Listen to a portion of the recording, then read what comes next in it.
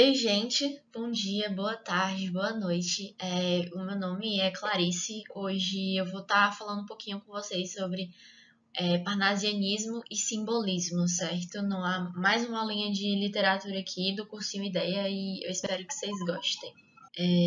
O parnasianismo, ele existiu junto com o realismo e o naturalismo, né? O parnasianismo vai ser aquela escola literária ou movimento, né, literário que vai ter uma essência poética. E aí o objetivo é retornar à cultura clássica. E na França vai ter um estilo de época que vai se desenvolver na poesia a partir de 1850, né? A partir dessa década, né, dessa época, vai se desenvolver um estilo muito característico da época, né?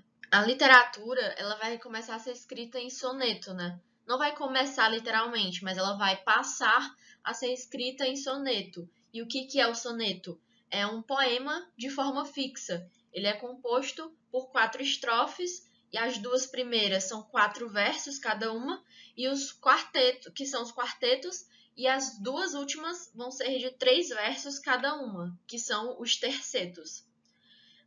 Sobre as origens, né?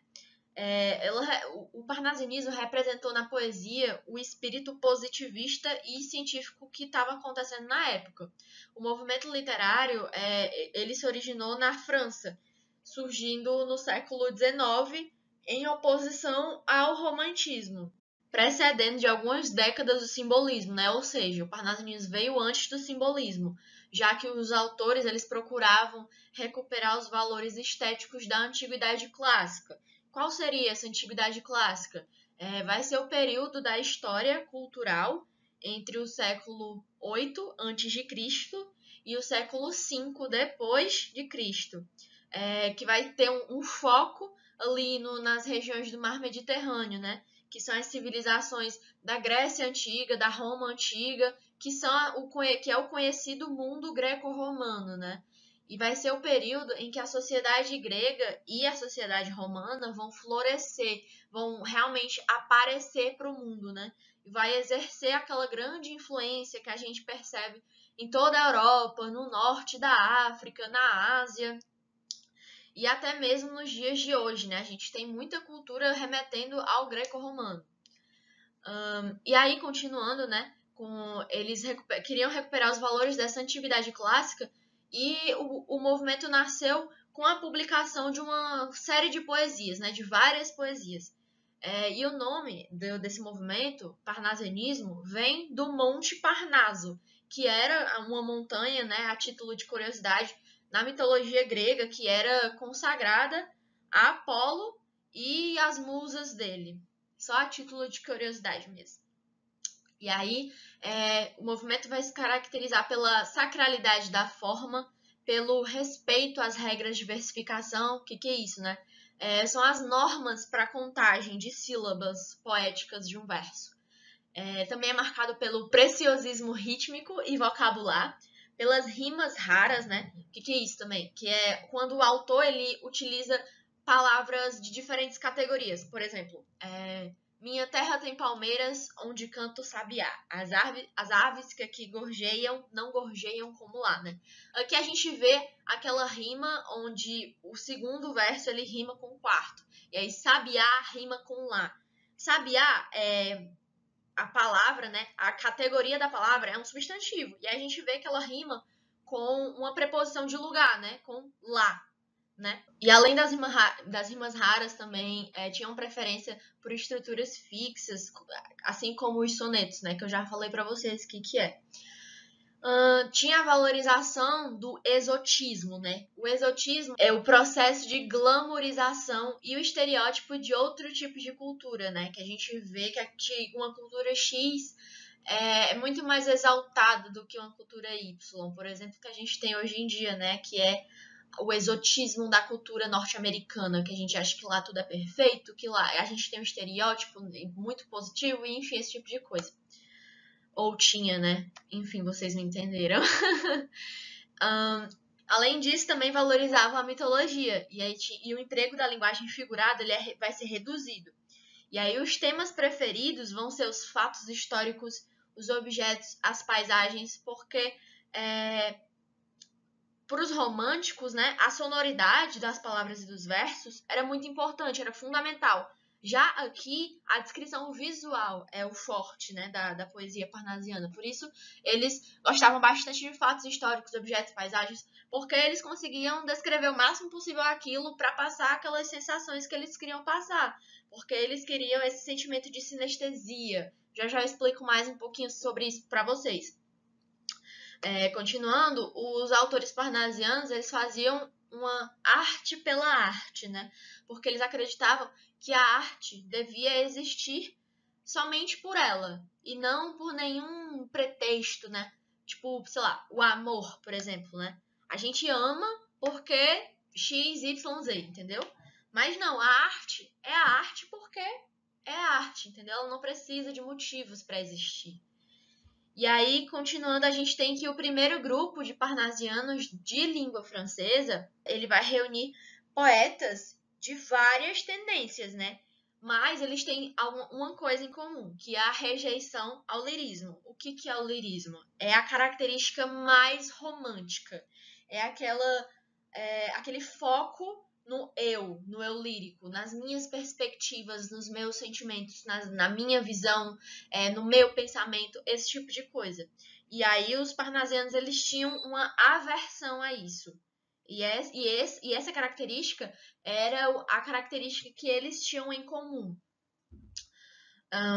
E aí a gente tem que os principais expoentes, né, do parnasianismo são, eu não sei falar francês, são Théophile Gautier, não sei, o Leconte de Lille, Théodore de Banville, o José Maria de Heredia e o Sully Prudhomme, né?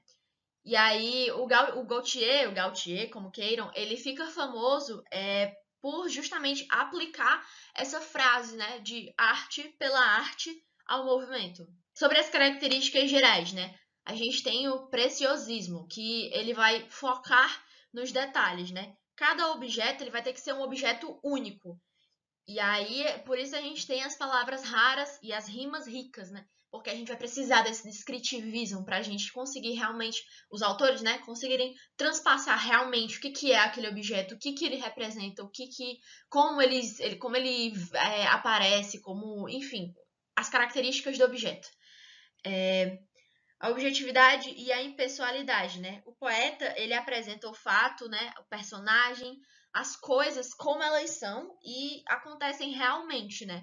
Sem deformá-las pela maneira pessoal que o próprio poeta vê, sente e pensa. Como eu falei para vocês, no romantismo a principal característica era esse lirismo. O poeta, ele colocava nas suas obras principalmente a sua perspectiva, a sua maneira de ver, a sua maneira de sentir, a sua maneira de pensar. Aqui não, aqui é justamente o contrário. O autor, ele vai mostrar pra gente justamente e apenas aquilo que realmente é. Ele não vai impor a perspectiva dele em momento algum. E aí essa posição, justamente, ela combate, né, o subjetivismo romântico, que é justamente esse lirismo que tinha no romantismo. A arte pela arte, né? A poesia, ela vai valer por si mesma. Ela não tem nenhum tipo de compromisso. Ela vai se justificar pela sua própria beleza. Ela faz referências ao prosaico. O texto vai mostrar interesse às coisas pertinentes a todos, que é um conceito de universalismo, que já eu falo um pouco mais dele para vocês.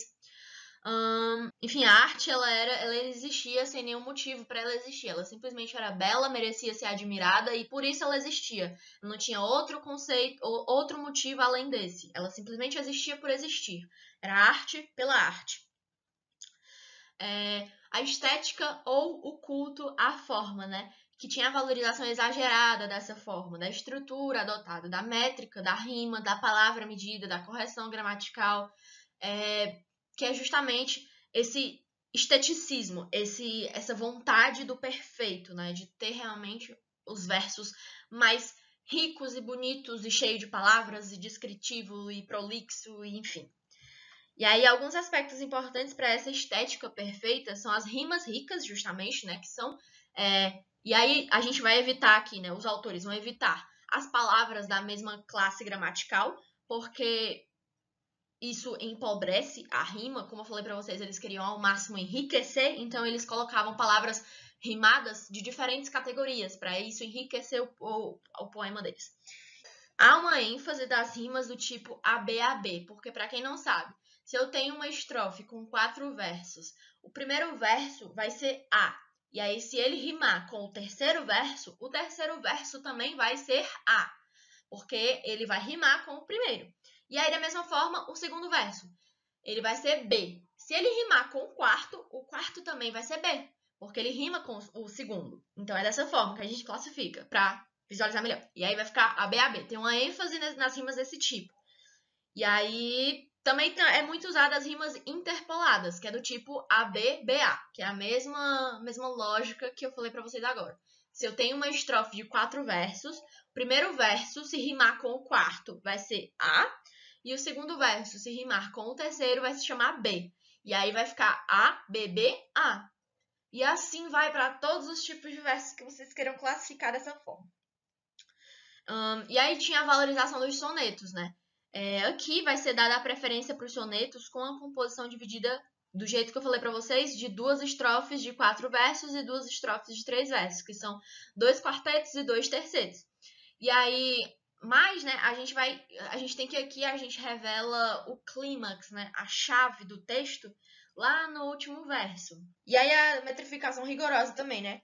O número de sílabas poéticas, ele deve ser o mesmo em cada verso, né? E aí, de preferência, com 10 sílabas poéticas, que são os versos decassílabos, ou de 12 sílabas poéticas, que são os versos alexandrinos, que são os mais utilizados no período.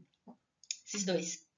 E aí, ou, né, de outra forma, a gente pode apresentar uma simetria constante. Por exemplo, o primeiro verso vai ter 10 sílabas, o segundo vai ter 6 sílabas, o terceiro vai ser 10 de novo, o quarto vai ter 6, e assim por diante, etc., com esse tipo de simetria. De qualquer forma, 10, 6, 10, 6, ou pode ser, sei lá, 6, 10, 6, 10, ou pode ser 7, 5, 7, 5, enfim, o autor que decidia, mas tinha uma simetria, estava valendo.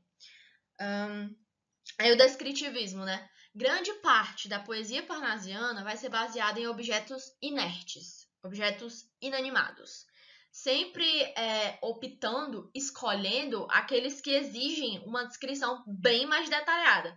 Tipo, a gente tem esse autor, o Alberto de Oliveira, que ele tem descrições sobre estátua, sobre um vaso chinês, sobre um vaso grego. Então a gente vê, né? Para escrever algo sobre objetos assim, a pessoa tem que ser muito descritivista realmente. E aí a gente consegue ter mais ou menos essa noção do quão descritivista eram esses caras, né? E aí na temática greco-romana a gente tem que a estética é muito valorizada. E mesmo assim, o texto ele precisa de um conteúdo. E aí as características da história e da mitologia era a principal temática abordada pelos parnasianos e vai recuperar esses temas da antiguidade clássica que eu já falei para vocês o que se baseava. E aí é bem comum que os textos eles descrevam deuses, heróis, fatos lendários, personagens marcados na história e também objetos, né? Como eu já falei para vocês do cara aí que estava descrevendo um vaso grego. Mas continuando. Passando aqui o slide. A gente tem o uso de figuras de linguagem, né? Que preferencialmente era o hipérbato. O que é hipérbato? Ele também é conhecido como inversão, né? Que é uma figura de linguagem que vai consistir na troca da ordem direta dos termos da frase. Que termos, né? O sujeito, o verbo, o complemento, adjunto, por aí vai. E aí um exemplo disso é, tipo, feliz ele estava. Se eu fosse falar normalmente, eu falaria ele estava feliz, né? Mas como aqui é um hipérbato, fica feliz ele estava. Enfim, e aí continuando, tinha uma preferência por esse hipérbato e esse era o recurso que ia justamente estilizar ainda mais os textos parnasianos para contribuir para o objetivo das obras. Aí tinha também o cavalgamento, ou também conhecido como o encadeamento sintático, e ele vai acontecer quando o verso ele termina em relação à métrica, porque chegou na 10ª sílaba ou na última sílaba. Mas ele não terminou em relação à sua ideia, em relação ao seu conteúdo. E esse conteúdo, essa ideia, ela vai se encerrar no verso de baixo. Ou seja, o verso ele vai depender do contexto para ser entendido. Isso era uma tática para priorizar a métrica e o conjunto de rimas, né, para deixar ainda mais bonito aquele poema. E aí, a gente tem um exemplo aí que eu coloquei para vocês, que é o do Olavo Bilac. Olavo Bilac. Tem assim, né? Cheguei, chegaste, vinhas fatigada. Aí se a gente lê só isso, a gente fica tipo, ué, acabou? Aí, mas a gente vai ver que não acabou. Aí tem tipo, vinhas fatigada e triste. E triste e fatigado eu vinha. A gente percebe que isso faz sentido quando a gente lê tudo, né? O parnasianismo brasileiro recebeu muita influência do parnasianismo francês.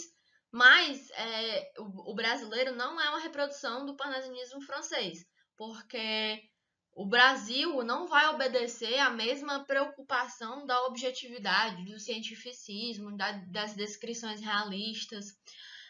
No Brasil, os autores vão fugir do sentimentalismo romântico, mas eles não vão excluir totalmente o subjetivismo, né?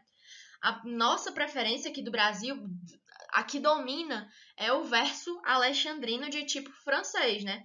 Com rimas ricas, formas fixas, principalmente o soneto, como eu já falei. E aí, quanto ao tipo de assunto que os brasileiros abordavam, né? Vai se caracterizar pela objetividade, o universalismo, né? Eu vou falar aqui para vocês sobre o universalismo. Ele expressa um fato existente e que está sempre presente. Por exemplo, o amor. Se eu for falar do amor no século XV, ele existe. Se eu for falar do amor no século XX, ele existe. No século XXI, ainda existe. Mas se eu vou falar, sei lá, se eu for falar da Revolução Francesa no século VIII, não faz nem sentido, porque ainda não estava nem em pensamento de acontecer, né? Então, eu acho que deu para entender. E além disso, também tinha um esteticismo, né? E aí o esteticismo ele vai exigir uma forma perfeita, mas com um cunho assim de formalismo, né? Por causa da construção e da sintaxe. E aí os poetas parnasianos eles vão ver o homem preso à matéria, né? Sem a matéria, ao objeto, ao bem material, realmente, né? Sem a possibilidade de se libertar do determinismo. E aí eles vão tender para o pessimismo e para o sensualismo como uma forma de fugir dessa realidade triste, entre aspas, que ele vive, né? Porque eles não têm a possibilidade de se libertar, e aí eles buscam um refúgio no pessimismo, no sensualismo. E, pois é. E aí os principais autores a gente tem os principais expoentes, né, são o Olavo Bilac, o Alberto de Oliveira, Raimundo Correia, a Francisca Júlia da Silva, o Vicente de Carvalho, Luiz Delfino, o Mário de Lima. E é isso. Sobre o parnasianismo, era isso que eu tinha para mostrar aqui para vocês. E agora vamos começar o simbolismo. No simbolismo, vai ser um movimento literário da poesia e das outras artes que surgiu na França no final do século XIX, em oposição ao realismo, ao naturalismo e ao positivismo da época. E aí ele foi movido pelos ideais românticos e estendeu as raízes, né, dele, até estendeu assim seus tentáculos até a literatura, aos palcos teatrais, às artes plásticas. E aí, como a escola literária, ela teve as origens, né, na obra As Flores do Mal, do Charles Baudelaire. E além disso, os trabalhos do Edgar Allan Poe também. Particularmente, esse é o meu artista favorito, é o Edgar Allan Poe. E aí o Baudelaire admirava o Edgar Allan Poe e traduzia os textos dele para o francês. E esses textos foram realmente significantes, foram realmente influentes, porque serviram de inspiração, né, para os outros artistas da época. E aí o movimento do simbolismo ele fundamentou-se principalmente na subjetividade, no irracional, na análise profunda da mensagem, que era vinda a partir da sinestesia, né? E a sinestesia ela é associada com a mistura das sensações relacionadas aos sentidos, que são eles o tato, a audição, o olfato, o paladar, a visão. Por exemplo, sei lá, né, para vocês entenderem um pouquinho mais do que eu tô falando aqui. Quando o autor, sei lá, fala o sol de outono caía com uma luz pálida e macia. Como é que a gente consegue sentir que a luz é macia? Não dá, né? Aí, enfim, é esse tipo de descrição que a gente meio que... A gente sabe o que é macia, né? A gente sabe qual que é a sensação da maciez. Então, para dar essa característica sinestésica, eles dão uma característica conhecida a algo que a gente não poderia conhecer normalmente, né? Que é a luz, a maciez da luz. Onde é que já se viu dizer que a luz é macia, né? E aí, enfim, eles dão esse toquezinho aí especial pra gente sentir e tal, enfim, esse tipo de coisa.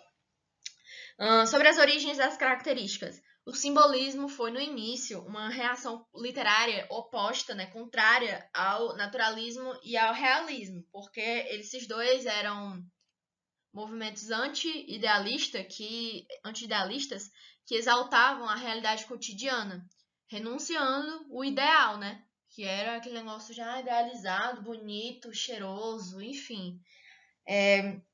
E aí o primeiro escritor a se revoltar com isso foi o Charles Baudelaire.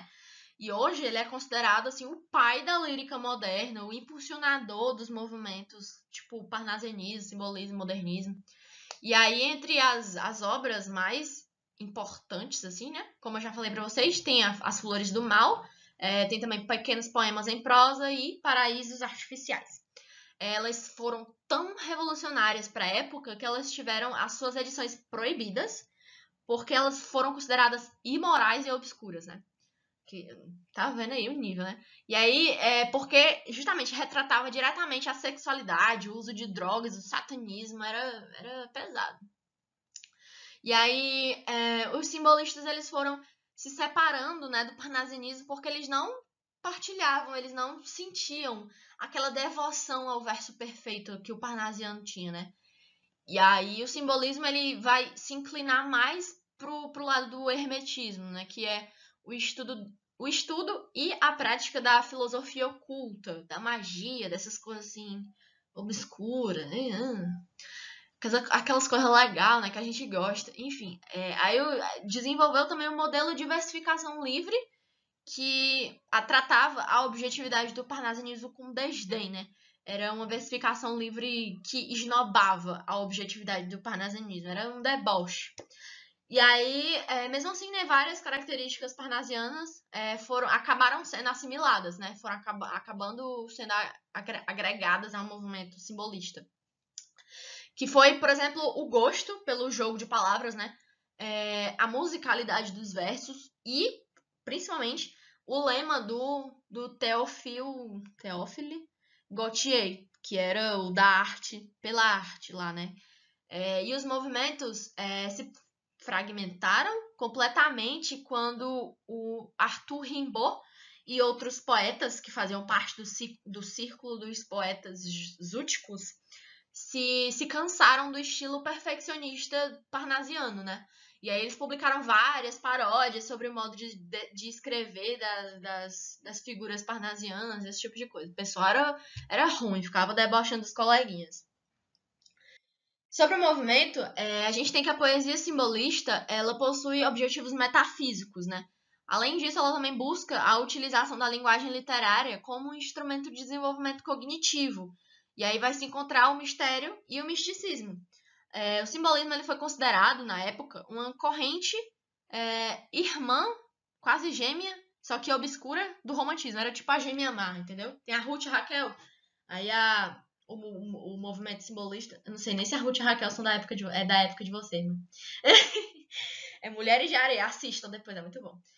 Sim, aí era considerada a irmã gêmea obscura do romantismo. Tem a gêmea boa, a gêmea má. A gêmea má era o simbolismo, a gêmea boa era o romantismo. Porque esse simbolismo era só as coisas macabrosas. E aí, em relação ao estilo, os simbolistas eles baseavam os esforços para encontrar uma musicalidade perfeita nas rimas, né? E eles acabavam deixando a beleza do verso para lá, deixavam em segundo plano. Não que eles não se preocupassem, mas que não era a prioridade deles. E aí, dentre os principais aspectos, objetivismo, né? Aí a visão objetiva da realidade ela não vai mais despertar interesse. E ela vai estar focalizada sob o ponto de vista de um único indivíduo. E aí, dessa forma, a gente tem uma poesia que vai se opor à poética parnasiana e vai se aproximar da estética romântica. Mas, aqui no simbolismo, além de se voltar para o coração, né, além de voltar para o lírico, os simbolistas eles vão procurar o mais profundo do lírico, vão buscar o inconsciente, o sonho, né?